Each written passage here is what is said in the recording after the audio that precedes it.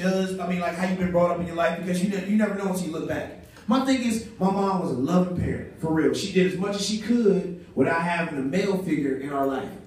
But the thing is, single moms, you have to have a dude in another dude's life in order to teach him certain shit. All right, put it like this. I never got taught the birds and the bees and none of that shit. So the thing is, I didn't know when you were supposed to become a man. One day, I had my first wet dream when I was 12.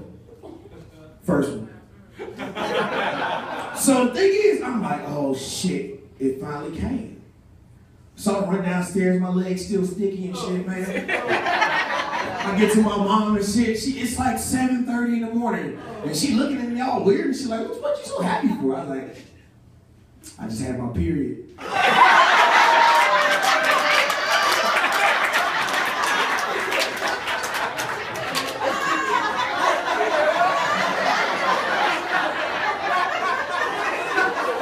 She like, yo, period. I said, yeah, look.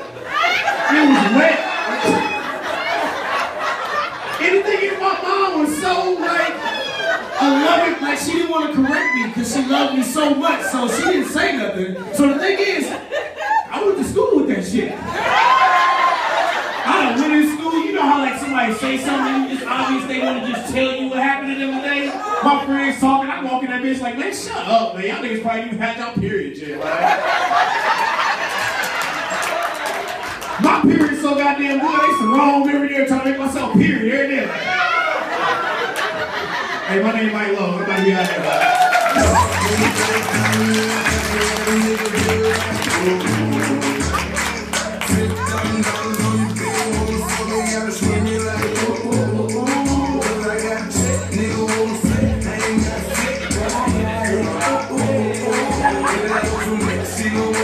Y'all keep it over, Mike Logan.